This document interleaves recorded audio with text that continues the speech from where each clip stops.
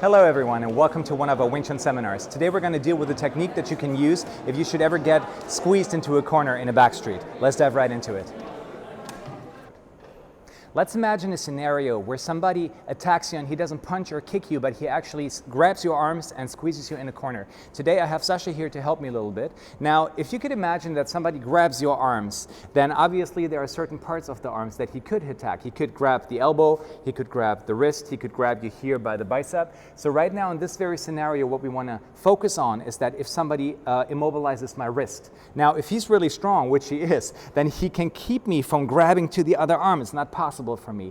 However, what he cannot do is keep me from bringing my elbow up and down. That's no problem. So what I'm going to do is I bring my elbow up, thereby folding my arm over his wrist, and then I'm able to jam him in like this. Yeah, so I do that a couple of times. I bring my elbow up, I squeeze, and I grab the opposite side.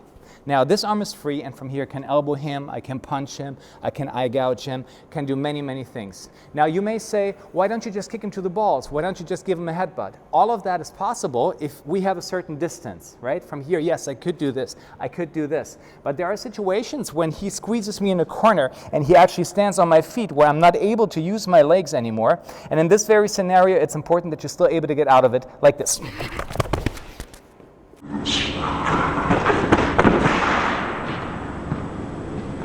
So what you do here is you want to make sure to fold the elbow in a way that it immobilizes his left wrist, and then you fold it downward, and from here you expose the side of his throat. You can strike, elbow him, or follow up with chain techniques as we do in Wing Tsjun.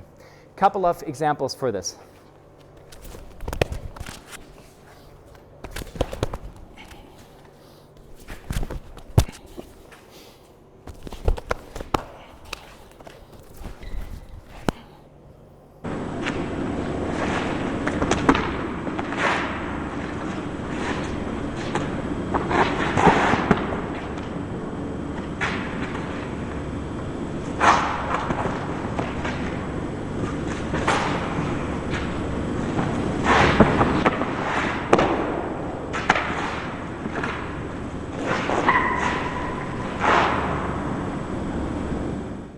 The concept that we use here is that if your opponent should grab your wrist, then you still have two joints that you can use to move. For example, the elbow is free to move, and my shoulder is free to move as well. So let's say the guy grabs my wrist with both hands. Then normally nobody wants to grab the wrist just in order to grab you. They want to grab you in order to pull you into something, right? Maybe I grab him, I want to put him into a rear naked choke from here. So before this happens, I want to make sure that I react. Now, of course, this hand is free. So if it's just one hand that he covers, I can punch him with the other arm, right? I could free myself like this, for example. I could just elbow him right away, I could knee him. But what I want to focus on right now is that I have two joints that are still free. So what I will do is I will bring my, can you be very strong, please? And I want to turn my hand, right? It's not possible for me to do this because he's immobilizing my wrist. So if I try to turn the wrist, it's not possible. But if I bring my elbow in, no problem at all. And from here, I'm exposing his elbow, so I could just cut down on it and then strike. If his arms should grab my elbow, then I would use my wrist because it's free.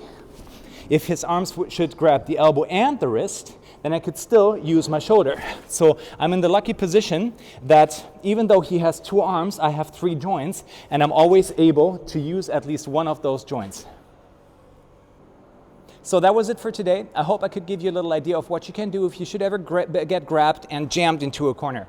So if you should have any questions, make sure to send me a message and subscribe to the channel. Have a wonderful week. I'll see you next week. Bye-bye.